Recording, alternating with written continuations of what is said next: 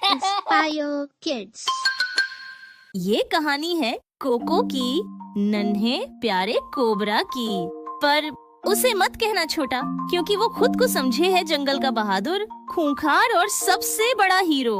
जब वो था बच्चा सा, पतला सा, छोटे छोटे कीड़े खाता था, गर्म पत्थर के पास रेंगता और मिट्टी की नन्ही बिल में सो जाता था। धीरे धीरे कोको गहरी घास में घूमने लगा, कभी मेंढक तो कभी खरगोश। फू कर फुफकारता, छड़क, वो उसकी रात का खाना बन जाता। जंगल की राहों में दिन बीतते गए, कोको बढ़ता गया, लंबा, मजबूत और थोड़ा घमंडी भी। जितना बड़ा वह होता गया, उतनी बड़ी उसकी शैतानी। दिन गुजरते गए, कोको लंबा होता गया। उसके बढ़े से शरीर के लिए उसका बिल छोटा लगने लगा। लगता है अब मैं सचमुच बड़ा हो गया हूँ और मेरे जैसे बड़े नायक को बड़ा घर चाहिए। हाँ, मैं इतना बड़ा हो गया हूँ कि सारी जगहें मेरे लिए छोटी हो गईं। जहाँ कोको रहेगा वो जगह भी शाही होगी। ना ये ना वो, मुझे चाहिए रॉयल घर। देखते रहो जंगल, कोको आ रहा है अपना महल ढूंढने। पत्तों की सरसराहट के बीच वह आगे बढ़ा।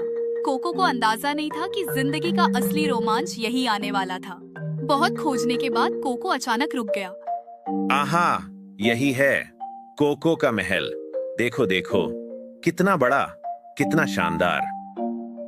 यहाँ एक बड़ा आरामदायक कुशन लगाऊंगा और मेरा सिंहासन, मतलब मेरा बैठने का सोफा। एक छोटा टीवी लगाऊंगा बस, और ये जगह होगी कोको का रॉयल पैलेस। कोको के खुशी का ठिकाना नहीं था, लेकिन वह नहीं जानता था कि बाहर कोई छोटा सा जीव इस महल के पास अपने घर बना रहा है।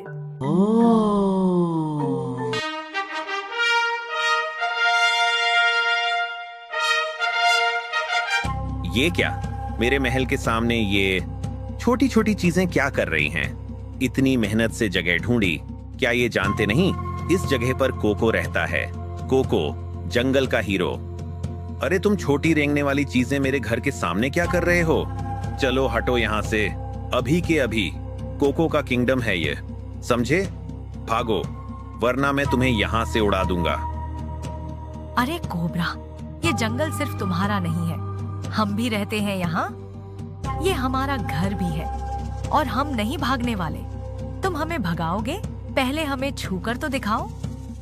ये बड़ा है तो क्या हुआ, हम छोटे हैं लेकिन मिलकर ताकतवर हैं। तभी सारी चींटियां बिल से निकल पड़ी। 10, 20, 50, एक छोटी टोली जो अब एक पूरी सेना बन चुकी थी। वे संगठित थी, जैसे किसी मिशन पर निकली हो।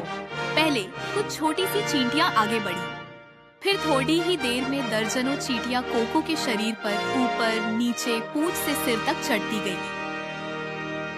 कोको की आंखें फैल गई, वो रोने लगा, दर्द से भागने लगा। उसे छोटी सी चींटियों की ताकत समझ आ गई और कोको वो जगह छोड़कर दूर भाग गया। मॉरल ऑफ द स्टोरी, घमंड किसी का भला नहीं करता। छोटों को कम मत समझो, सबका सम्मान करो, तभी तुम्हें भी सम्मान मिलेगा।